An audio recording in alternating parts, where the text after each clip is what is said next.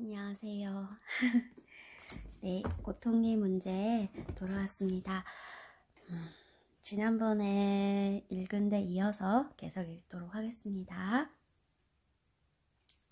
저는 이것을 하나님의 겸손이라고 부르는데, 왜냐하면 배가 이미 가라앉고 있는 상황에서 하나님께 뱉기를 드는 것은 궁색한 일이기 때문입니다. 최후의 수단으로 어쩔 수 없이 하나님께 나아가는 것, 더 이상 지닐 가치가 없어졌을 때 비로소 자기 것을 바치는 것은 궁색한 일입니다. 하나님이 교만한 분이라면 그런 조건에서는 우리를 받아주지 않을 것입니다. 그러나 그는 교만하지 않으실 뿐 아니라 오히려 자신을 낮춤으로써 정복하시는 분으로서 우리가 언제나 그분보다는 다른 것을 더 좋아한다는 사실이 드러났음에도 불구하고, 그리고 이제는 더 이상 붙들 나은 것이 없기 때문에 그분께 나아가는 것임에도 불구하고 기꺼이 우리를 받아주십니다. 고상한 독자들을 곤란하게 만드는 성경 이야기, 즉 우리의 두려움에 호소하시는 하나님이 등장하는 그 모든 이야기 속에서도 우리는 똑같은 겸손을 발견할 수 있습니다. 지옥 대신 하나님을 선택한다는 것은 그분께 경의를 표한다는 태도가 못됩니다. 그러나 그는 이것까지 받으십니다. 스스로 자족할 수 있다고 생각하는 피조물의 환상은 본인 자신을 위해 깨져야 합니다. 하나님은 자신의 영광이 훼손되는데 개의치 않은 채 현세의 어려움이나 그 어려움을 두려워하는 우리의 마음을 통해, 또 영원한 지옥의 불꽃을 겁내는 조잡한 두려움을 통해 그 환상을 깨뜨리십니다. 성경에 하나님이 좀 더 순수하게 윤리적인 분위기를 바라는 사람들은 자신이 지금 무엇을 요구하고 있는지 모르고 있는 사람들입니다. 만약 하나님이 칸트 철학에 따라 가장 순수한 최고의 동기를 가지고 나아가지 않는 한 우리를 받아주지 않는 분이라면 과연 누가 구원을 받을 수 있겠습니까? 그런데 이런 자족의 환상을 대단히 정직하고 친절하며 온화한 사람들에게 가장 강하게 나타날 가능성이 있으므로 불행은 바로 그러한 사람들에게 임할 수밖에 없는 것입니다. 이처럼 명백한 자적의 위험은 우리 주님이 무능하고 방탕한 자들의 악을 세속적인 성공에 이르는 악보다 훨씬 더 너그럽게 대하셨던 이유를 설명해 줍니다. 창녀들은 하나님께 나아가지 못할 정도로 현재의 삶에 만족할 위험이 없습니다. 그러나 교만하고 탐욕스러우며 자기의 의에 사로잡힌 사람들은 그럴 위험이 큽니다. 고통의 세 번째 효력은 파악하기가 좀 더 어렵습니다. 선택이 본질적으로 의식적인 행위라는 점은 모두가 인정할 것입니다. 여러분은 무언가를 선택할 때 스스로 선택이라는 것을 하고 있다는 사실을 인식합니다. 낙원의 인간은 언제나 하나님의 뜻에 따르는 쪽을 선택했습니다. 낙원의 인간은 언제나 하나님의 뜻에 따르는 쪽을 선택했습니다. 그렇게 하나님의 뜻에 따르는 것은 곧 그 자신의 욕구를 만족시키는 일이기도 했습니다. 거기에는 한편으로 그에게 요구된 모든 행위가 실제로도 그의 때묻지 않은 성향에 잘 맞는 것들이었던 탓도 있었고, 또 한편으로는 하나님을 섬기는 일 자체가 가장 강렬한 쾌락으로서 그 쾌락이 빠진 기쁨은 모두 무미 건조하게 느껴졌던 탓도 있었습니다. 그는 나는 지금 하나님을 위해 이 일을 하는 것인가, 공교롭게도 내가 좋아하는 일이라서 하는 것인가 라는 질문을 할 필요가 없었습니다.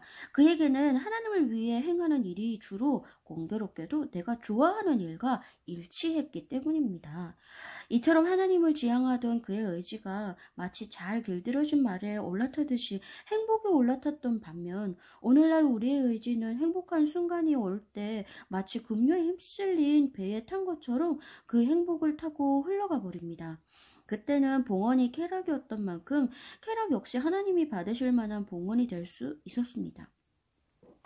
그러나 우리는 항상 하나님의 뜻에 반대되는 것은 아니라 해도 수세기에 걸쳐 왕권을 찬탈하여 자치권을 행사한 결과 확고부동하게 그 뜻을 무시하게 되어버린 욕망의 체계 전체를 물려받았습니다. 우리가 좋아서 하는 일과 하나님이 바라시는 일이 일치되는 경우도 가끔 있을 수 있지만, 그것은 단지 다행스러운 우연의 일치일 뿐 하나님의 뜻을 따르고 싶은 마음이 있어서 그 일을 했다고 볼 수는 없습니다. 따라서 행위의 내용이 우리의 성향을 거스르는 것이 아닐 때, 고통스러운 것이 아닐 때에는 자신의 행위가 대체로 하나님을 위한 것인지 아니면 전혀 하나님을 위한 것이 아닌지 알 길이 없어져 버리며, 이처럼 스스로 무엇을 선택하고 있는지 모르는 상황에서는 선택이라는 행위 자체가 아예 불가능해져 버립니다. 그러므로 하나님께 자아를 완전히 양도하는 행위에는 고통이 따르게 되어 있습니다. 이 행위가 완벽한 것이 되려면 자기 성향과 상관없이 또는 그 성향을 거슬러 순종하겠다는 순수한 의지가 있어야 합니다. 자기가 좋아하는 일을 하면서 자아를 양도한다는 것이 얼마나 불가능한 것인지 지금 이 순간 저 자신의 경험을 통해 아주 잘 인식하고 있습니다. 이 책을 처음 쓰기 시작했을 때는 하나님의 인도라고 할 만한 것에 순종하려는 의지가 제 동기의 일부를 차지하기를 바라는 소망이 있었습니다. 그러나 이 일에 완전히 빠져든 지금 이 일은 의무라기보다는 유혹이 되어버렸습니다. 물론 지금도 여전히 이 책을 쓰는 것이 하나님의 뜻에 일치되기를 소망할 수도 있습니다. 그러나 자기 마음에 쏙 드는 일을 하고 있으면서 이 일을 통해 나 자신을 양도하는 법을 배우고 있다고 주장하는 것은 우스운 일이지요. 지금 우리는 대단히 어려운 문제를 다루고 있습니다. 칸트는 사람이 자기 기호와 상관없이 오직 도덕법에 대한 순수한 경외심으로 행하지 않는 행위에는 도덕적인 가치가 없다고 생각했고, 바로 이런 점 때문에 불쾌감을 주는 행위를 할수록 그 가치를 높이 평가하는 병적인 사고 구조라는 비난을 받아왔습니다. 사실 대중은 모두 칸트 편에 서 있습니다. 사람들은 자기가 좋아서 하는 일을 두고 칭찬하지 않습니다. 저 좋아서 하는 일인걸 이라는 말에는 그러므로 그 행위에는 칭찬할 만한 점이 없다는 결론이 함축되어 있습니다. 그러나 아리스토텔레스가 말한 바 칸트에 반하는 명백한 진리는 사람은 덕이 높아질수록 덕 있는 행위를 즐기게 된다는 것입니다. 무신론자들은 의무의 윤리와 덕의 윤리 사이에 존재하는 이러한 갈등을 어떻게 처리하는지 모르겠습니다. 그러나 저는 그리스도인으로서 다음과 같은 해결책을 제시하고자 합니다. 하나님은 어떤 일이 옳기 때문에 명령하시는가, 아니면 하나님이 명령하시는 것이기 때문에 옳은 일이 되는 것인가 하는 것은 가끔씩 제기되어 온 문제입니다. 저는 후커의 견해에 찬성하고 존슨 박사의 견해에 반대하는 바 단연코 첫 번째 견해가 옳다고 생각합니다. 두 번째 견해는 사랑은 하나님의 자의적으로 사랑하라고 명하셨다는 그 한 가지 이유 때문에 선한 것이라는, 그와 똑같이 하나님이 우리에게 그분 자신과 이웃을 미워하라고 명령하셨을 수도 있으며, 그렇게 했다면 미움이 옳은 것이 될 수도 있다는 끔찍한 결론으로 이어질 수 있습니다. 저는 그와 반대로 이러저러한 일을 행하시는 하나님의 뜻에는 그렇게 하는 것이 곧 그의 뜻이라는 이유 외에 다른 이유가 없다고 생각하는 것은 잘못이라고 믿습니다. 하나님의 뜻은 본질적으로 선한 것이 무엇인지 늘 감지하고 계시는 그의 지혜와 그 선한 것을 늘 받아들이시는 그의 선함에 따라 결정됩니다. 그러나 우리는 하나님은 오직 어떤 일이 선하다는 이유로 그 일을 명령하신다는 말만 할 것이 아니라 본질적으로 선한 일 중에는 이성적인 피조물들이 창조자에게 순종하는 가운데 기꺼이 자신을 양도하는 일도 포함되어 있다는 말을 덧붙여야 합니다. 순종의 내용, 우리에게 명하신 일은 언제나 본질적으로 선한 것이며 설사 하나님이 명령하지 않으셨더라도 해야만 하는 것입니다. 그러나 순종의 내용뿐 아니라 순종하는 행위 그 자체도 본질적으로 선합니다. 이성적인 피조물은 창조자에게 순종함으로써 피조물 본연의 역할을 의식적으로 수행하며 우리를 타락시킨 행위를 뒤엎고 아담이 추었던 춤을 역으로 밟아감으로써 원래 상태로 되돌아가기 때문입니다. 그러므로 우리는 본질적으로 옳은 일은 당연히 기분 좋은 것으로서 사람은 선해지면 선해질수록 옳은 일을 더 좋아하게 된다는 아리스토텔레스의 생각에 동의합니다.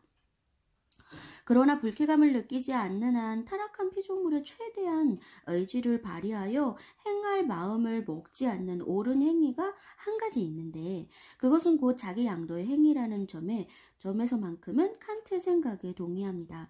우리는 이에 덧붙여 이 한 가지 옳은 행위에는 다른 의가 전부 포함되어 있으며 어떤 욕망의 도움 없이 순전히 의지의 힘으로 순종해야 할 상황에 처한 피조물이 자기 본성에 어긋나는 이 일을 받아들일 때, 오직 한 가지 동기밖에 있을 수 없는 이 일을 행할 때 비로소 아담의 타락을 최대한 상쇄시킬 수 있으며 멀리 떠나온 낙원을 향해 전속력 후진을 감행할 수 있고 그 오래된 견고한 매듭을 풀어낼 수 있다는 점을 지적해야 합니다.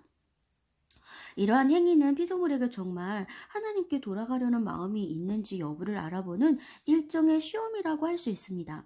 그래서 선조들은 하나님이 우리를 시험하시려고 어려움을 주셨다고 말했던 것입니다. 이삭을 제물로 바치라는 명령을 받았던 아브라함의 시험은 그 친숙한 예입니다. 지금 저의 관심은 그 이야기의 역사성이나 도덕성에 있지 않습니다. 저의 관심은 하나님이 전지하시다면 그런 실험을 하지 않아도 아브라함이 어떻게 행동할 것인지 이미 알고 계셨을 텐데 왜 굳이 이런 불필요한 괴로움을 주셨는가? 라는 명백한 질문에 있습니다. 그러나 성 아우구스티누스가 지적했듯이 하나님이 무엇을 알고 계셨든지 간에 적어도 아브라함은 이 사건이 있기 전까지는 자신이 과연 이런 명령까지 순종할 수 있는지 알지 못했습니다. 이처럼 아브라함 자신이 스스로 순종하는 편을 선택하게 될 것을 모르고 있었다면 우리는 그가 의도적으로 순종하는 편을 선택했다고 말할 수 없습니다. 아브라함이 행한 순종의 실체는 순종의 행위 그 자체에 있습니다. 그리고 아브라함이 순종할 것이라는 사실을 하나님이 아셨다는 것은 아브라함이 그때 그 산꼭대기에서 실제로 순종의 행위를 했다는 뜻입니다. 따라서 하나님은 그런 실험을 하실 필요가 없다고 말하는 사람은 하나님이 이미 알고 계시니 이처럼 그가 아시는 일들은 일어날 필요가 없다고 말하고 있는 것이나 다름없습니다. 고통이 때로 피조물의 거짓된 자족감을 깨뜨려준다면 극도의 시험 내지 희생에서 나오는 고통은 피조물이 진짜 자기 것으로 삼아야 할 자족감, 하늘이 주신 것이기에 곧 자기 것이라고 할 수 있는 힘을 가르쳐줍니다.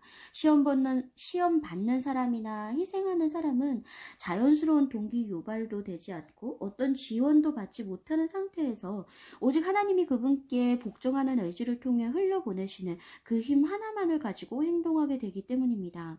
인간의 의지는 전적으로 하나님의 것이 될 때 진정으로 창조적인 자기 것이 될 것입니다. 이것이야말로 자기 목숨을 잃는 자는 목숨을 얻는다는 말씀에 담긴 여러 의미 가운데 하나입니다.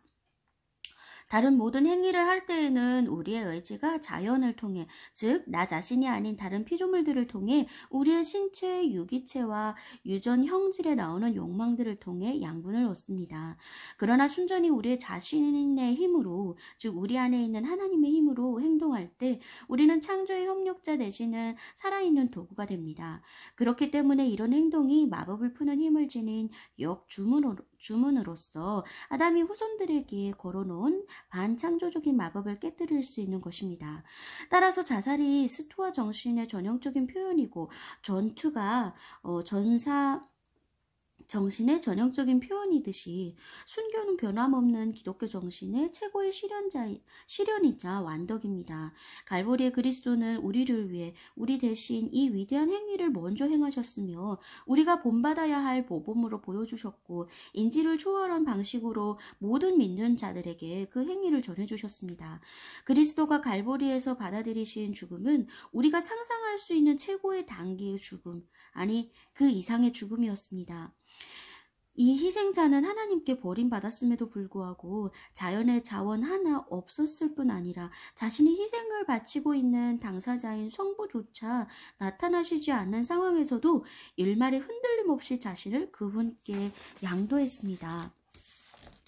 제가 말한 바와 같은 죽음의 교리는 기독교에서만 있는 것은 아닙니다. 땅에 묻힌 씨가 싹으로 다시 솟아나는 드라마의 반복을 통해 자연 자체가 온 세상 곳곳에 이 교리를 크게 적어 놓았습니다. 자연으로부터 그 교리를 배웠을 아주 옛적의 농업 공동체들은 수세기에 걸쳐 동물 제사나 인신 제사를 드림으로써 피 흘림이 없은즉 사함이 없느니라 하는 진리를 나타냈던 것으로 보입니다. 처음에는 그런 개념들이 부족의 농작물이나 자손들하고만 관련이 있었겠지만 후대에는 신비적 제의를 통해 개인의 영적인 죽음 및 부활과도 관련을 맺게 되었을 것입니다. 대못이 박힌 침대 위에 누워 자기 몸을 괴롭히는 인디언 고행자들도 이와 똑같은 교훈을 가르치며 그리스 철학자들도 지혜의 삶이란 곧 죽음을 연습하는 것이라고 말합니다. 또 현대의 예민하고 고상한 이교도들은 죽음으로써 삶으로 들어가는 가상의 신들을 만들어내고 있으며 헉슬리는 무집착에 대해 설명하고 있습니다. 이것은 우리가 그리스도인의 자리를 포기한다고 해서 벗어날 수 있는 교리가 아닙니다. 이것은 인간이 진리를 찾거나 인정하는 곳이라면 어디에서든지 계시되어 있던 영원한 복음입니다. 이것은 구속의 중추신경으로서 해부의 지식만 있다면 어느 시대, 어느 장소에서든 파헤쳐 드러낼 수 있는 것입니다. 이것은 모든 사람을 비추어주는 빛이 우주의 의미를 진지하게 묻는 모든 이들의 정신 속에 새겨놓은 회피할 수 없는 지식입니다.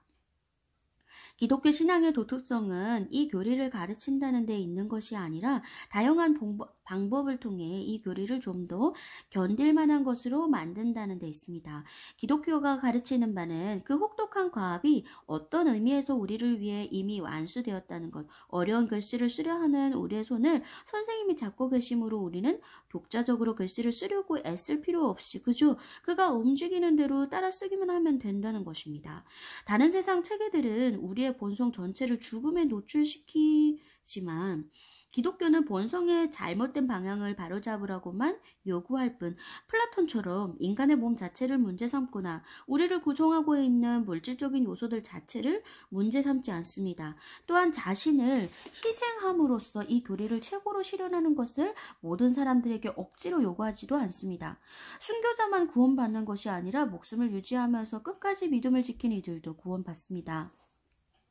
은혜를 입는 것이 분명한데도 70평생 의외로 평탄하게 살아온 듯 보이는 노인들도 가끔 만날 수 있습니다. 그리스도의 희생은 얼핏 보기에 절제와 유쾌한 분별력이 빚어내는 평범한 결과들과 전혀 구별되지 않는 자기 복종에서부터 잔인하기 짝이 없는 순교에 이르기까지 아주 다양한 수준에서 그를 따르는 자들 가운데 반복되거나 메아리칩니다. 어떤 원인에 의해 이런 분배가 일어나는지 모르겠습니다. 그러나 현재의 관점에서 볼 때 분명한 것은 왜 겸손하고 경건한 신앙인들이 고난을 겪느냐가 아니라 왜 어떤 이들은 고난을 겪지 않느냐 하는데 진정한 문제가 있다는 점입니다. 우리는 이 세상에서 행운을 누리는 자들의 구원 문제에 관해 또 주님 또한 하나님의 헤아릴 길 없는 전능하심을 언급함으로 설명을 끝내셨다는 사실을 기억해야 할 것입니다. 고난을 정당화하기 위해 논쟁하는 사람은 격한 분노를 사게 마련입니다. 여러분은 제가 고통에 대해 글을 쓸 때가 아니라 직접 고통을 겪을 때 어떻게 행동하는지 알고 싶겠지요. 여러분이 추측할 필요가 없도록 제가 직접 말씀드리겠습니다. 저는 엄청난 겁쟁이입니다. 하지만 이런 사실을 말하는 것이 무슨 도움이 되겠습니까? 저는 고통, 불처럼 끊임없이 마음을 태우는 염려와 사막처럼 막막하게 펼쳐지는 외로움, 단조로운 불행이 반복되는 지루한 일상, 눈앞을 암울하게 뒤덮는 둔중한 통증과 느닷없이 찾아오는 단번에 마음을 무너뜨리는 진절이 나는 고통, 그렇지 않아도 참기 힘든데 어느 한순간 갑자기 증폭해버리는 고통, 이전에 겪은 괴로움으로 반쯤 죽어있던 사람을 정갈처럼 쏘아 미친 듯이 날뛰게 만드는 고통, 이 고통들에 대해 생각할 때 완전히 기가 질러버립니다. 아마 피할 길만 있다면 하수구 밑으로도 기어 내려갈 것입니다. 그러나 이런 저의 감정에 대해 이야기하는 것이 무슨 유익이 있겠습니까? 이것은 여러분도 익히 알고 있는 감정입니다. 여러분도 고통에 대해 이와 똑같은 감정을 느낄 겁니다. 저는 고통이 고통스럽지 않다고 주장하는 것이 아닙니다. 고통은 아픕니다. 그것이 바로 이 단어가 의미하는 바입니다. 다만 저는 고난으로 말미암아 온전케 하심이라는 기독교의 옛 교리는 믿을 수 없는 이야기가 아니라는 점을 보여드리고 싶을 뿐입니다. 저의 의도는 고통이 우리 비위에 맞는다는 것을 증명하려는 데 있지 않습니다. 이 교리의 신빙성을 평가하려 할 때 주목해야 할 두 가지 원칙이 있습니다. 첫째로 우리는 실제로 고통을 당하는 그 순간은 시련의 전 체계라고 할 만한 것, 두려움과 연민에 의해 확장되는 그것의 중심점일 뿐이라는 사실을 기억해야 합니다. 이러한 경험들이 어떤 유익한 효과를 내느냐 하는 것은 전부 그 중심점에 달려 있습니다. 따라서 설령 고통 그 자체에는 영적인 가치가 없다 해도 두려움과 연민에 영적인 가치가 있다면 그런 두려움과 연민을 불러일으키는 것이 있어야 한다는 이유만으로도 고통은 존재해야 할 것입니다. 우리가 두려움과 연민의 도움을 받아 순종과 자비의 삶으로 돌이키게 된다는 것은 의심할 여지 없는 사실입니다. 사랑스럽지 못한 사람을 사랑하는 일, 즉 원래 어떤 식으로든 우리 취향에 맞는 사람들이어서 사랑하는 것이 아니라 단지 우리의 형제이기 때문에 사랑하는 일을 좀 더 쉽게 만들어주는 연민의 효과를 누구나 경험해 보았을 것입니다. 또 두려움이 주는 혜택에 대해서는 우리 대부분이 이번 전쟁을 불러온 위기의 시대를 겪은 가운데 이미 배운 바 있습니다. 저 자신의 경험은 대략 다음과 같은 것입니다. 늘 그렇듯이 타락하고 불경스러운 상황에 만족하면서 다음날 있을 친구들과 즐거운 만남이나 오늘 나의 허용을 채워준 소소한 일, 휴일이나 새로운 책에 빠져 하루하루 살아가고 있던 어느 날, 심각한 병일지도 모르는 복부의 갑작스러운 통증이나 우리가 전부 전멸할지도 모른다고 위협하는 신문 머리 기사가 등장하여 상을 완전히 뒤집어 버립니다. 처음에 저는 놀라서 어찌할 바를 모릅니다. 저의 작은 행복들은 마치 부서진 장난감처럼 흩어집니다. 저는 서서히 마지못해 조금씩 자신을 추스르러 사실은 그 전에 이미 견지하고 있어야 했던 마음 상태로 돌아가기 위해 노력합니다. 저는 이런 장난감들을 마음에 두어서는 안 되며 나의 행복은 다른 세상에 있고 유일한 진짜 보배는 그리스도뿐이라는 사실을 스스로에게 상기시킵니다. 그리고 하나님의 은혜로 성공을 거두면 하루나 이틀 정도는 그를 의식적으로 의지하며 올바른 원천에서 힘을 끌어오는 피조물로 삽니다. 그러나 위협이 물러가는 순간 저의 전 본성은 대부분 그 장난감들을 향해 달려가고 부릅니다. 심지어 위협 아래에 있을 때 저를 지탱해주던 유일한 버팀목을 마음에서 치워버리려고 안달하기까지 하는데 하나님께서 용서해 주시기를 이제는 그것이 오히려 지난 며칠간의 불행을 연산시키는 애물단지가 되어버렸기 때문입니다. 더 읽고 싶지만 회사 갈 시간이네요. 여기서 마치고 내일 또 읽겠습니다. 6장 내일은 6장 마무리가 될 것 같습니다. 여러분 행복한 하루 보내세요.